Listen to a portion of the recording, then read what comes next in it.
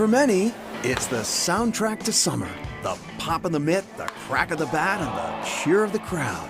There's nothing like listening to baseball on the radio. I've always loved the radio call. It makes you think of when you're a kid in the backseat of the car on a family road trip, and when you're listening to a game on radio, you're kind of locked into every word. For over a decade, Tyler Murray played a major role in this summertime symphony. After graduating from Boston University, he embarked on a 13-year career calling minor league baseball, a world he says has plenty of character. In between innings at a lot of these ballparks, you've got, mascot races, sumo wrestlers, water balloon tosses, so that kind of encourages you to have a little fun as well. Something Murray is never hesitant to bring to his broadcasts. Called third strike and the Woo Sox win! We have the technology! But there were some humbling moments before he joined the Woo Sox in 2022, like when the up-and-coming announcer had to dress up as a mascot for a parade. I was dressed up as a monkey. Bonkers, I think his name was in the back of a truck in a parade. And you're supposed to put straps on to make sure the helmet stays on. I got kind of lazy and was like, whatever. Someone in the parade stops on a dime, so our truck slams on the brakes. I go forward and the head falls off. And I grab it real quick. But by then it was too late. And my mascot career was over. Not by design. But Murray took it all in stride. Easy to do after growing up in New England while rooting for teams from New York. Yeah, I remember high school, it was my sophomore year, the Celtics won the championship. And during that year, they beat the Knicks by about 40.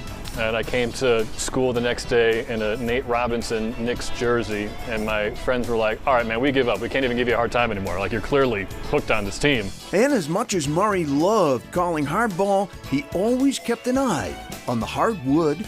As I just got further and further into broadcasting, I figured, what would the dream job be? And my favorite sport, basketball, with my favorite team, and for me, the best venue in sports, if not all of entertainment, Madison Square Garden. The key to calling hoops, it turns out, was hockey. While calling a game for UMass, Murray caught the ear of an alum who worked for the New York Knicks, leading to an audition.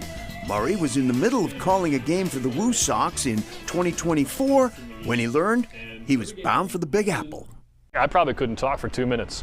I don't think I talked the rest of the broadcast either. But just, yeah, flashing back, it was almost a year ago. So flashing back to that, it was pretty crazy. Murray's dream intersected with the nightmares of Celtics fans.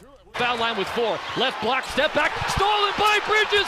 Bridges chucks it down court. They've done it again. They've done it again. The New York Knicks take both in Boston and a 2-0 lead heading back to the Mecca. Just another aspect of radio you can't get from a podcast, the thrill of live sports.